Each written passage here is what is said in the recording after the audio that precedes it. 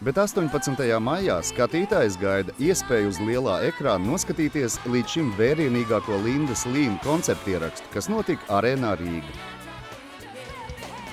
Tas bija mans liels notikums manā dzīvē, un tāpēc es gribēju padalīties arī tomēr ar citiem cilvēkiem, kas nebija uz šo koncertu. Un jāteic, ka prezentēt šo te DVD, kas iznāks 18. maijā tieši no šī koncerta, kam ir uzlabota skaņa un bilde. Es vēlējos kopā ar citiem skatītājiem, kas notiks kinoteātrī uz liela ekrāna ar surround skaņu.